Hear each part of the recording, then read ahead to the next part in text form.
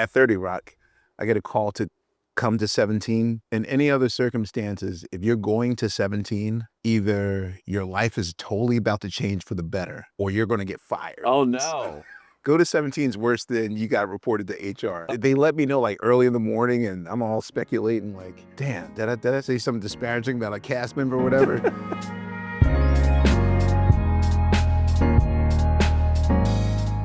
You basically don't know what's going to happen until 11:30 p.m. when the show's about to start. Like, things are constantly changing.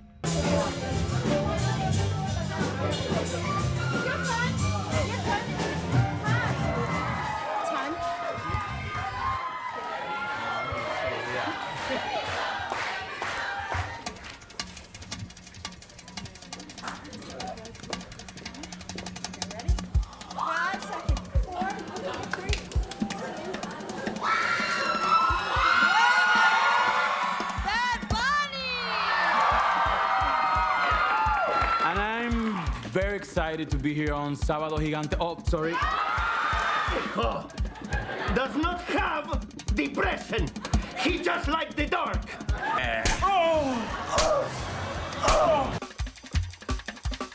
Once again, Bad Bunny. Welcome to Behind the Lens. So listen to this. American drummer, record producer, disc jockey, filmmaker, music journalist, culinary aficionado, actor, all of those things. This is Questlove, How you doing? a.k.a. Ahmir K. Thompson. Yes. Welcome to Behind the Lens. Hello. All right. Thank you for having me. Are you all of those things? To hear you say it, I need to take you everywhere I go. It's so weird that I know that my calling card is being all of those things, but now I'm in a place where I'm trying to walk back some of those things and not do so much. But yeah, but I'm enjoying the process as I do it. Oh, it's a lot. I just scratched the surface. That is way too much.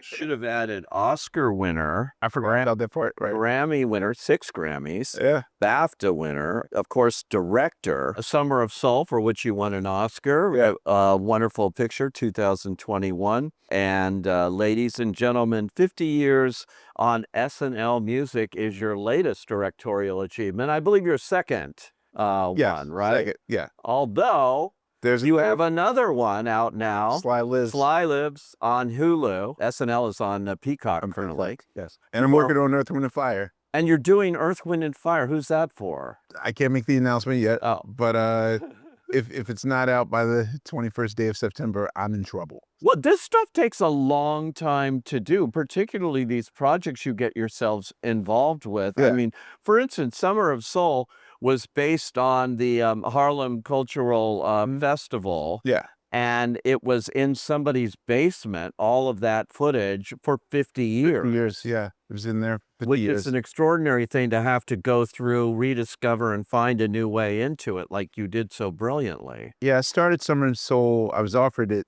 in late 2017, maybe early 2018. Weird enough, the story of Sly came into play because the ending of the editing of Summer of Soul, I think, was like August of 2020. Yeah. And when I was talking to my producer, Joseph Patel, and Josh Pearson, my editor, I was like, man, like, Sly doesn't know that in 10 days, there's going to be a paradigm shift. He's going to do the same exact show at Woodstock 10 days later, and his life is not going to be the same after this. Wow. And that's the film I want to see. Somebody should make a doc about what happens to Sly. And about 12 hours later, out of the blue, Common calls me and says, hey, man, I hear you doing that Black Woodstock documentary. I don't know if you know this, but I own the life rights to Sly Stone. Is this a one and done, or would you be interested in doing that too? I was like, yo, I literally just said someone should do a doc about it. Oh my God. Right, so that's how that happens. And then with SNL, after sort of our January unexpected accolade moment with winning the 2 Sundance prizes, at 30 Rock, I get a call to come to 17. Now, in any other circumstances, if you're going to 17, either your life is totally about to change for the better or you're going to get fired. Oh, no. go to 17 is worse than you got reported to HR. Oh, no. That means you're going directly to the belly of the beast, to Lauren's office to sit and talk. Like, he's letting you in his office to talk to him. They let me know like early in the morning, and I'm all speculating like, damn, did I say something snarky about like Detroiters or like any of his side projects? On your Like, day job, I should say, actually your late night job, Yeah, the Tonight Show, and before that Late Night with Jimmy Fallon. Since 2009, you've had this. It's steady work. I've been there for 17 years. And so The roots. yeah. So literally, I was just like thinking of everything I said on Instagram about comedy, or did I say something disparaging about a cast member or whatever? So literally taking that Green Mile walk to 17, I sat down and, you know, I'm gonna try to be the first person to not do a Lauren Mockery like Right. rendition of how he talks. But he's basically like, yeah, man, I saw the movie, liked it. It's really great. Saw it twice. We enjoyed it so much. And in my mind, I'm like, even though I know you hired me personally, like, you know who I am? Like, it was like meeting him all over again. And he says, in 2025, like, we're going to do something big for the 50th. I want you to be part of it. So would you like to tell it? He was the first domino in a gajillion dominoes of, and this is a year before the Oscar. So he was first after Sundance. He was But right in it. yeah, and so literally But you won Sundance. You won 2 prizes there. So we won 2 that was prizes. a very big deal. You know, it's weird for me. I also had to learn a life lesson just about like myself and sort of am I out of my league here? Like, for me to get here, despite that being my kind of spirit guide, which wasn't serving me well, Right. is a miracle. So literally, I didn't know how the system ran. Like, even when I was announced the Sundance thing, you know, I'm going to 30 Rock early because it's Taco Mondays. But I was told like by an assistant, like, answer your phone at exactly 12:45. It's going to be a FaceTime. Like, no one wanted to tell me. And so it's like January. And so I'm standing on top of a snow mountain. I fall inside and they're like, congratulations, Questlove, you just won Sundance. And I'm like, Oh. like, I'm hyper aware of every aspect of the music business now. And it's like, once you open that Pulp Fiction briefcase and see what's inside, you're not the same person anymore. Suddenly, you're getting mad when, you know, there's times like 5 a.m., you're shooting your video call when you're all excited, like it's the first day of school.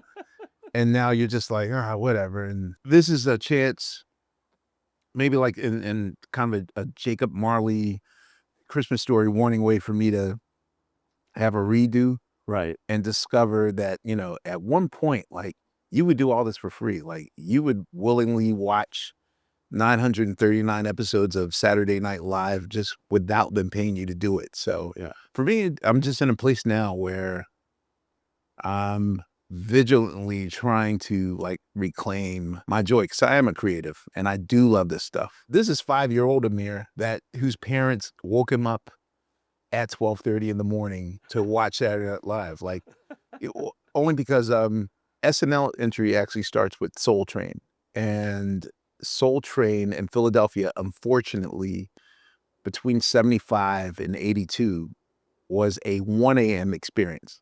The rest of America gets Soul Train like they always do in the afternoon. You clean your house to it. You dance along with it, what they're doing on television. Absolutely. It's on Channel 9 here in LA. Right. And then you go to a bandstand right after. So you get a 2-hour dance break. And that wasn't like that in Philly. It was always 1 a.m. after Saturday Night Live. So my parents, I'd have to go to bed at 8:30. And then my parents would wake me up at 12:30. And the format back then was there was 2 weekend updates. And then there was the Jim Henson Muppet thing. And then there would be 2 musical songs like at 12:40 and right before 1 a.m. Yeah. Then I watch Soul Train, go to bed, go to church.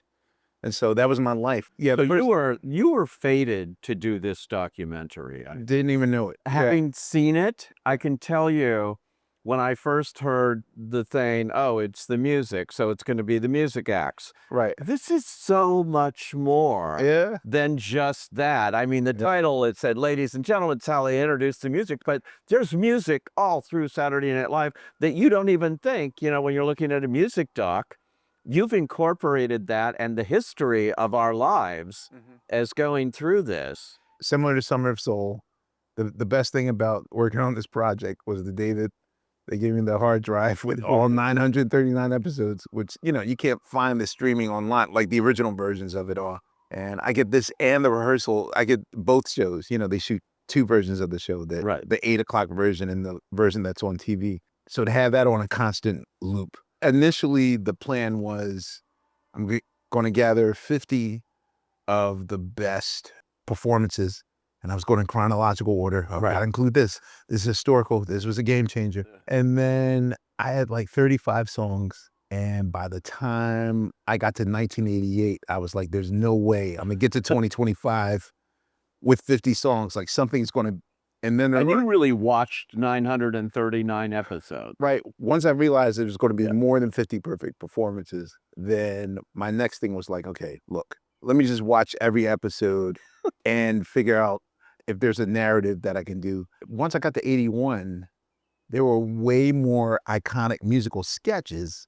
Yeah. Like the songs were here and the songs were legendary, but the sketches were like here. Cause I'm, you know, Andy Kaufman, King Tut, anything Eddie Murphy did with the Stevie Wonder, Hot Tub, Celebrity Hot Tub. all that. And then, so then I realized like, oh, this isn't a sketch comedy show. This is a musical variety show, but just call it sketch comedy. But all of the things that we love for SNL, there's a musical factor to it. Cowbell, even the of Debbie Downer, like literally all of that. Lonely Island, of course, you know, Dick in the Box, very famous one. So thus, once the realization was there, then it was like, okay, what story can we tell?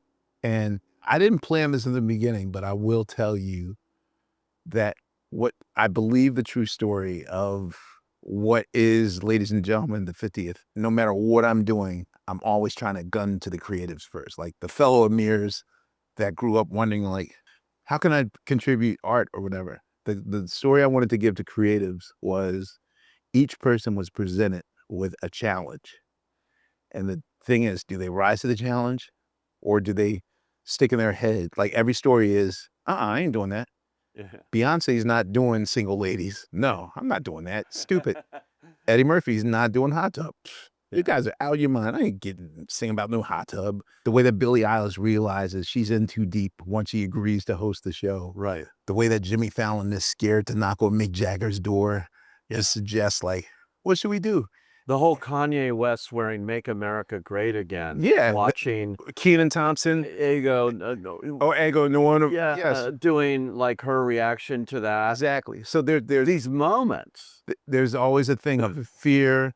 And the hardest part of that whole thing is the moment they decide to just, wait a minute, let me just take one step into the future and see what happens. And they step, and the next thing you know, they paradigm shift not only their future, but history.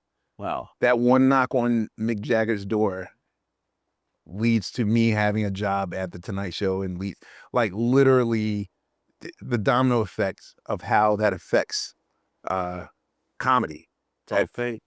Eddie Murphy's success will usher in other people's success and so on and so forth. So that to me, like the music's going to draw you in, but for those that are really open to what, you know, that's the common story that I hope people take from it. I think so, and I think this documentary, or whatever you want to call it, I don't know what it's up for in the Emmys, what category, but it almost could be in Variety pre-recorded special because it plays like a variety show, but it plays like a documentary, and you know, it really shows you the cultural impact of this show over 50 years, which I have watched. I believe it or not, I started as a page at NBC. Really? 2 days after Saturday Night Live went on the air in Burbank. And we always, every Saturday, this was my fraternity, sorority, whatever you want to call it, all of the pages would gather at somebody's house and watch Saturday Night Live. It was just a thing we did. And it's still, like, I can't imagine. I would figure that this late into my career, like I'm used to Goosebumps happening. Yeah. When a record's about to come out next week, oh man, can't wait to see what this record sounds like, or a movie or some sort of event. Even now on our show, when like a special guest comes on, I get goosebumps. But, you know, working at 30 Rock and, you know, the moments in which I'm not on the road with the Roots or doing anything on a Saturday and they grant me permission to sit in the audience to watch a show, it's just like, it's the greatest feeling in the world. There's something I learned in person watching it, which is different than, you know, what we get from watching it at home. Because to me, just to watch the aerial vision of making sure that the Teamster guys don't bump into the wardrobe people, don't bump into the roadies and the, you know, the cast, and see them sort of like run like ants with 2 minutes left. Yeah. And putting sets together. And like, I love watching how the sausage, this is one of the best examples of watching how the sausage gets made and how they think on their feet if something happens, like a blurb or something, or like a technical snafu. Like, Yeah. that's the thing I live for. It's amazing. People watch the show and they go like, oh, Questlove on the drums and everything. Yeah. Do you know Questlove's written 8 books? You know, Are they surprised to find out what a journeyman man for all seasons you are? so the Roots original manager, like our Peter Grant, our George Martin, Right. is a gentleman named Richard Nichols, and he's like, look, you're going to learn the value of being underestimated. Like, you don't have to go full throttle by listing all of your achievements. Like, literally, I could just be like, hey, I won an Oscar. I was part of the team that brought you Hamilton. I was part of, like, literally, like, I'm sort of used to being in the room where it happens for a lot of historical things that people who aren't into liner notes will later find out, like, wait, that was you too? Like, but I've always been that person. In some ways, it is kind of weird. Like, there would be moments in the airport where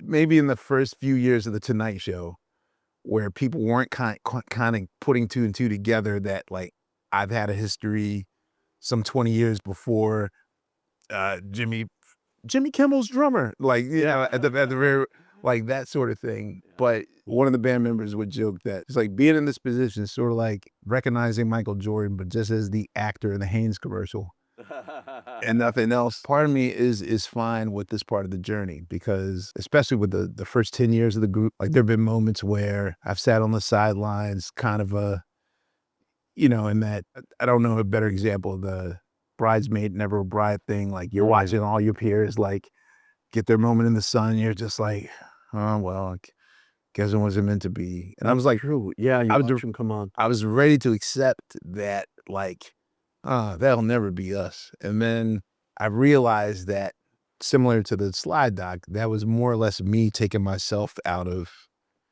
the running and deciding that, oh, that'll never be us. Like, they never choose us. And sometimes you got to learn, you got to choose yourself. And that's the lesson I had to learn in the pandemic, to take very fearful steps forward to a pivot to a world I knew nothing about. And it took 7 months to talk me into it. And Into directing Summer of Soul. yeah, oh God, I avoided them like a plague. Like, That's an extraordinary idea, though. The Lost Show in some guy's basement, and you came out and you got interviews and you gave it context and cultural context, and very important. They call it the Black Woodstock, whatever. But that movie won all those awards for a reason.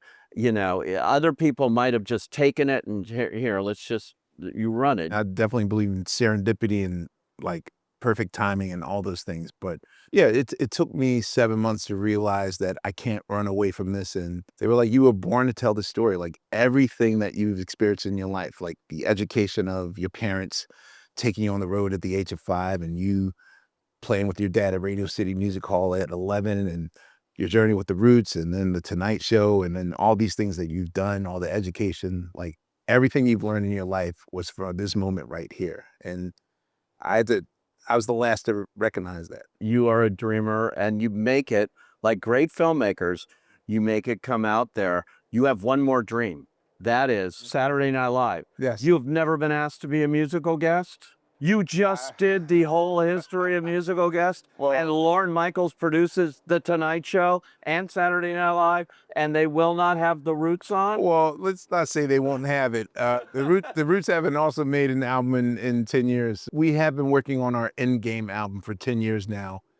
And the plan was, okay, I'll release this Summer Soul film, and then all the hoopla would be over in like 5-6 weeks. I released it. Oh, that was cool. Let's get back to this record. And then Summer Soul becomes a thing. And now I'm campaigning and wait a minute, is this my new life? Like, I didn't plan this, and literally No time for the record. yeah, but it's still being worked on now, and I It is. promise. Yes, I promised. And it'll be like Yeah. your 17th album. Yes. Right? Yes. This is going to get you on Saturday Night Live. Yes. And for the sequel to Ladies and Gentlemen, 50 Years of SNL Music, Put it out there in the it's going to world. start with The Roots. I'm predicting that right now. Thank you so much. I appreciate that. Thank Okay. you for joining us on Behind the Lens.